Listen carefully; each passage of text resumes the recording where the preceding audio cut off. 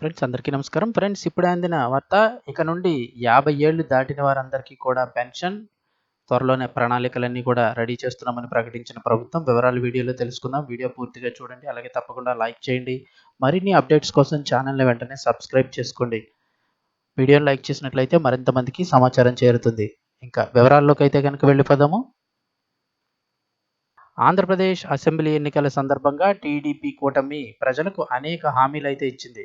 Super 6 పేరిట మహిళలు, రైతులు, విద్యార్థులకు ఇలా అన్ని రకాల వర్గాలకి కూడా సంక్షేమ పథకాలు అమలు చేస్తామని అప్పట్లో ప్రకటించారు. ఆ మాట ప్రకారం అధికారంలోకి వచ్చిన తర్వాత టీడీపీ కూటమి ఒక్కొక్క హామీని అమలు చేసుకుంటూ వస్తోంది. ఇక ఎన్నికల సమయంలో హామీ ఇచ్చారు. ఏంటి అంటే 50 ఏళ్లకే సామాజిక భద్రతా పెన్షన్లు ఇస్తామని టీడీపీ కూటమి హామీ ఇచ్చింది. అయితే ఎస్సీ, ఎస్టీ, బీసీ, మైనారిటీ వర్గాలకు చెందిన వారికి 50 ఏళ్లకే రూ. 4,000 పెన్షన్ అందజేస్తామని టీడీపీ అధినేత చంద్రబాబు అప్పట్లో మాట ఇచ్చారు. ఆ మేరకు ఎన్నికల మేనిఫెస్టోలో కూడా ఈ హామీనైతే ప్రస్తావించడం జరిగింది. తాజాగా ఇప్పుడు 50 ఏళ్లకే పెన్షన్ గురించి ఏపీ మంత్రి కీలక వ్యాఖ్యలు చేశారు. అసలు ఏం జరిగిందని చూస్తే, ఒక పక్క ఏపీ బడ్జెట్ సమావేశాలు జరుగుతున్న సంగతి మనందరికీ తెలిసిందే.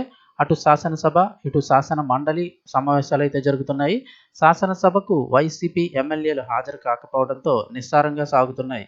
అయితే మండలిలో మాత్రం వైసీపీకి మెజారిటీ ఉండడంతో ప్రశ్నలు, సమాధానాలతో ఆసక్తికరంగా జరుగుతోంది.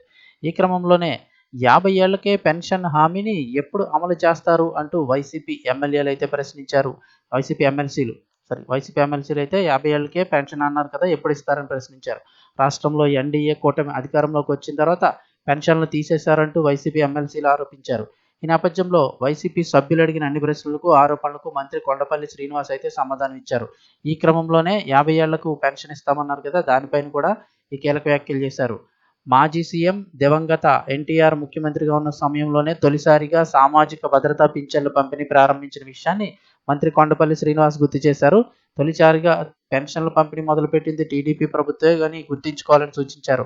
అలాగే 2014లో రూ. 1,000గా ఉన్న పెన్షన్ను 2,000కు పెంచామని గుర్తు చేశారు. ఇంకా అలాగే వృద్ధాప్య పెన్షన్లతో పాటు ట్రాన్స్జెండర్లు, మత్స్యకారులకు కూడా పెన్షన్లు అందిస్తున్నామన్నారు. ఇక రాష్ట్రంలో పెన్షన్లు ఏమీ తగ్గించలేదన్న మంత్రి కొండపల్లి శ్రీనివాస్ గారు చనిపోయిన వారి పెన్షన్లు మాత్రమే తీసివేసినట్లు వివరించారు. ఇక అలాగే బీసీ, ఎస్సీ, ఎస్టీ, మైనారిటీ వర్గాలలో అర్హులైన వారికి 50 ఏళ్లకే పెన్షన్ అందించే విషయంపైన ప్రణాళికలు రూపొందిస్తున్నట్లు తెలిపారు. గత వైసీపీ ప్రభుత్వం పెన్షన్ రూ. 1,000 పెంచేందుకే 5 ఏళ్లు తీసుకుందని, తాము మాత్రం అధికారంలోకి వచ్చిన వెంటనే పెన్షన్ పెంచామని కొండపల్లి శ్రీనివాస్ వైసీపీ సభ్యుల ప్రశ్నలకైతే సమాధానం ఇచ్చారు.